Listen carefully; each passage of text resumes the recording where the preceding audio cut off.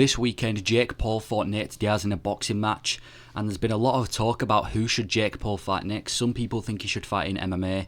Some people think he should fight another MMA fighter in boxing. Well, today I'm going to be going over every UFC fighter that would smoke Jake Paul in a boxing match. I've probably missed a few, or else the video will be too long. And one thing I want to clarify is I'm only going to be including people around the welterweight division and the middleweight division, maybe a few from light heavyweight. I'm not going to be including people like Dustin Poirier and Peter Yan because they're too low of a weight class for Jake Paul, even though Jake Paul tends to go for smaller people.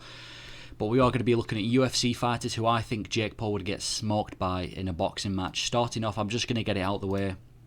Israel Adesanya, he would smoke Jake Paul. I don't think it needs much explanation. He would smoke Jake Paul.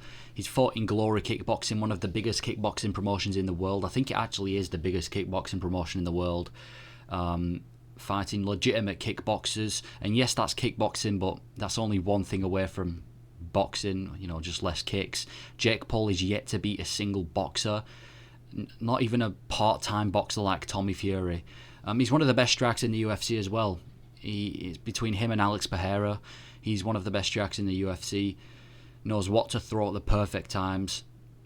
Damages people. He's never really been outstruck in the UFC besides maybe the Pereira fight, the first one. But every other fight, he's genuinely just outstruck people. And boxing's half his arsenal as well. I know he tends to do kickboxing and things. Just take away the kicks and boxing's his arsenal. I genuinely believe you get Adesanya to train boxing for a camp, he would smoke Jake Paul. I really do see him finishing Jake Paul in 4 rounds. He's too long and rangy for Jake Paul. He's too big. I think he's like 6'4". Way too big for Jake Paul. Way too long. Too much experience. Probably hits harder than Jake Paul. Bigger than Jake Paul, like I just said. I think he'd destroy Jake Paul. More technical. Jake Paul has a puncher's chance, and this isn't no Tyrone Woodley who's like 5'8", 5'9", who just plods. He's just very ploddy and throws one shot at a time. Israel Adesanya is genuinely one of the best strikers in the UFC. I'm not saying this fight would happen. I'm saying theoretically, if this was to happen, Israel Adesanya would destroy Jake Paul, and it wouldn't even be competitive. Yeah, Israel Adesanya destroys Jake Paul. Next up, we've got Marvin Vettori. Marvin Vettori is he's not as good a striker as Israel Adesanya. He's fought him twice. He got outstruck both times. But one thing I will say, he's very good boxing. You look at Marvin Vettori's wins, most of his wins are because of his boxing. Like when he fights people like Paulo Costa or Roman Dolidze, his boxing is a huge part of his arsenal. And it's actually 80% of his game. Like, you've got Adesanya, who's mainly kickboxing. Marvin Vettori is mainly a pure boxer. He throws in a couple kicks here and there. Maybe he goes for a takedown, but 80% of his game is boxing. You look at all his recent fights, win or loss, he just tends to plod and throw punches, and yeah, he's just more of a boxer than any other martial art, so it wouldn't be too hard to transition to just a pure boxing match. I think he outboxes Jake to a decision. I don't think he finishes Jake Paul. I think if Tommy Fury can't do it and Anderson Silva can't do it, I don't see Marvin Vettori doing it. I just don't think he's got the capability to finish Jake Paul. But if Nate can do it, if Nate can go the distance and nearly beat Jake Paul, then Vettori 100% will. He's very, very crisp. And it kind of eliminates the threat of the knockout. I don't see Jake Paul knocking out Marvin Vettori. He's got one of the best chins in the UFC, if not the best chin. He's been hit by so many people. He's been hit by Adesanya, Jared Cannonier, Paulo Costa, Robert Whittaker. He's never been knocked out, never dropped. So I just really don't see Jake Paul doing it in bigger gloves. Yeah, Marvin Vettori, in my opinion, outboxes him to a decision. Maybe Vettori would struggle amongst 10 rounds, but Vettori's never really shown to have bad cardio. He's always been pretty kind of neutral in the way that he fights. He's never too much volume, but I think he's got very good boxing, great on the inside as well. And he's not like tiny. He's probably one of the biggest opponents that Jake Paul will face because he's a middleweight. So I'm going to say that Vettori beats Jake Paul by decision. Next, we got a very clean striker, Wonderboy, Stephen Wonderboy Thompson. He's an amazing striker. He's very good as a striker. I think he damages Jake badly. I think Jake potentially breaks a bone, maybe breaks his nose. I think this guy would do damage to Jake Paul. Wonderboy is a dangerous striker. He's a nice guy, and it'll be an interesting build-up, but I think he'd damage Jake badly. I don't see him finishing Jake Paul. I don't think Woodley's the type of guy, especially without his kicks, to just one-shot and done Jake Paul. Or I don't think he'll drop Jake Paul, but I do think he'll damage him. We saw what he did to Kevin Holland. He destroyed and mutilated Kevin Holland. I know that was with kicks as well in MMA, but Wonderboy is one of the best strikers in the UFC. He's so good. Karate stance as well. There's a small chance that he could get KO'd, though obviously he got KO'd by Anthony Pettis. And I'm not saying that Wonderboy's chinny or anything, but it could happen. Listen, the wide stance and the fact that he's been hit so many times, maybe Jake Paul will just get an overhand and KO him, but that's a very, very small chance. And he's very long and rangy. He's like Adesanya, he's uncomfortable for Jake Paul to fight. Very long, very rangy, and he's definitely fought better strikers than Jake Paul in his time. I think the transition to boxing wouldn't be too bad. He is like nearly 40 years old though, so that's one thing that Jake Paul can put on his list, because he tends to like fighting older fighters. But he is nearly 40 years old, but he's got very good kickboxing, very good boxing as well. His combinations are insane. I think he'd beat Jake Paul by a decision. And I think he'd damage Jake Paul. I don't think it'd be like a controversial. I think he'd damage Jake Paul and get a solid decision win, because Thompson, maybe he'd more kickboxing than boxing, but I think he's a very, very solid striker. Next, we have someone who would destroy Jake Paul in a boxing match, Della Maddalena. He is such a crisp boxer. He's only had a couple of UFC fights. Most of them, he's just been destroying his opponents. He has some of the most crisp boxing in the UFC.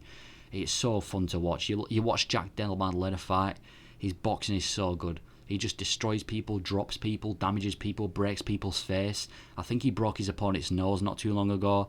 I think he'd destroy Jake Paul in a boxing match. Break his face. I think he'd break his face, 100%. He'd break Jake Paul's nose, even though in the picture it looks like JDM has a broken nose himself.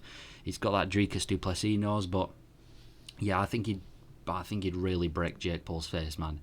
I think he really would. Over 10 rounds of boxing or 8 rounds of boxing, 100%. When it's only striking as well, with a boxing camp, he would destroy Jake Paul. He is a welterweight, so maybe he'd be a bit undersized, but I don't think he'd be too undersized, because Jake Paul usually fights around 180, 185. I don't think JDM would have too much of a problem going up in a weight class.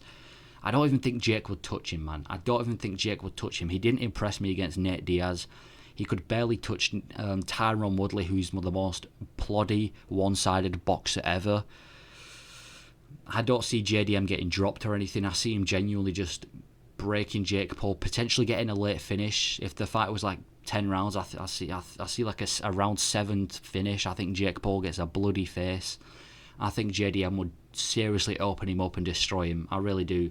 Watch JDM fight and you'll understand why I'm saying this. He's such a good boxer. Next up, we have another prospect. Oh no, never mind. Next up, we've got another prospect. We've got Ian Garry. He's very long and rangy. He's had a few UFC fights and he's so good at striking. The recent win over, who was it? Daniel Rodriguez. I know that was a head kick, and he is more of a kickboxer, but he's got very, very crisp boxing. Just like Wonderboy and Izzy, he's a very long and rangy fighter, so it would be difficult for Jake Paul. And he's also very powerful.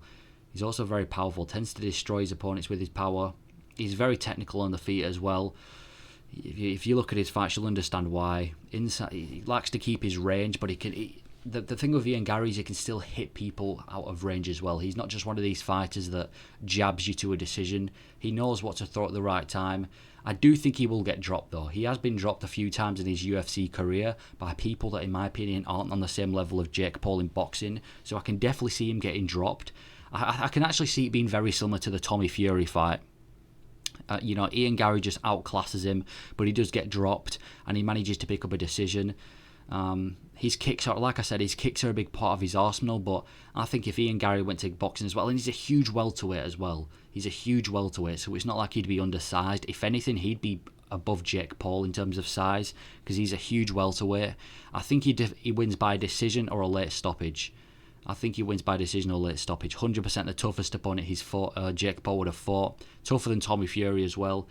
Ian Garry, he'd win by decision or a late stoppage in my opinion. Jake Paul couldn't really do much to him. I don't think he'd land too much. I mean, he could barely land clean shots on Nate Diaz. I don't see how he's going to do it on someone as technical as Ian Garry. Yeah, I've got Ian Garry winning this by decision or late stoppage. Next up, back to the middleweight division, we're going with Robert Whittaker. I think Robert Whittaker would destroy Jake Paul. He's got the cardio for 10 rounds. Whittaker's never really had cardio problems. I think he'd easily go 10 rounds in boxing. Jake Paul, I think before the Diaz fight, every fight was 8 rounds as well. So when it comes to cardio, Robert Whittaker's way above Jake Paul in terms of cardio. Maybe Jake Paul was smart with his gas tank, but Jake Paul does look tired after a couple of rounds. I don't think Whittaker would tire out. I think he'd be ready to go 10, 8 rounds, whatever it is. He's one of the cleanest strikers in the UFC. I know I've said this about pretty much everyone in this list, but he is. He arguably beat Adesanya in the second fight. He's beaten Jared Cannonier, Marvin Vettori, Derek Brunson, Darren Till. I know he just recently lost to Dricus du Plessis, but that's Dricus du Plessis. The guy's a powerhouse. I think he's one of the cleanest strikers. I just think he puts up, what's it called? I think he just outstrikes Jake Paul. I think he does everything better than Jake Paul. Maybe Jake Paul has the power, and I do think he would get dropped once. He's been dropped in various fights, you know, the Adesanya fight the first time, and just recently against Dricus du Plessis. So I can see Jake catching him and dropping him. Not damage Robert Whittaker. I don't think Jake would damage him, but I can see him like dropping him, and then it's like a questionable. Maybe he just knocks him when he's off balance. But I do see him getting dropped once, but I do see him winning by decision. I don't think he'd finish Jake Paul, because Whittaker hasn't finished anyone in a while. When was the last time Whittaker finished someone? I don't think he'd finish Jake Paul, who's went the distance with Anderson Silva and Fury, but I do think he'd win by decision. 100% the toughest fight of Jake Paul's career. He's not undersized, he's a middleweight, and yeah, Robert Whittaker would win. Next up, this opponent would brutalise Jake Paul, and it wouldn't even be close. Alex Pereira. He would brutalise Jake Paul. He wouldn't even be close. He would knock Jake Paul out and Jake Paul would be twitching. He'd send him back to Disney. This wouldn't even be close. Alex Pereira would destroy him. He's going to knock him out, and then he's going to get his Brazilian buddies to bring him back to Brazil, and they're going to perform rituals on him and everything. They're going to turn Jake Paul into a Brazilian. They're going to hang his body parts up, bro. Pereira would destroy Jake Paul. He knocks him out cold. You know, everyone else maybe gets a decision or finish. No, Alex Pereira KOs him out cold. Jake Paul gets on the floor, Alex Pereira starts shooting arrows at his twitching corpse, and then Jake Paul would retire from boxing. This would be... Alex Pereira would destroy Jake Paul. And the thing is, usually Jake Paul's oversized. Alex Pereira would stomp on Jake Paul. He'll be huge. If this was at 185, he'd weigh in at 220 pounds on fight day. He'd destroy Jake Paul. I'm not going to say why, I'm not going to say much, but I know that he's got the power, he's got the technique. Former Glory Kickboxing 2-time world champion, 2-weight world champion. He would destroy Jake Paul.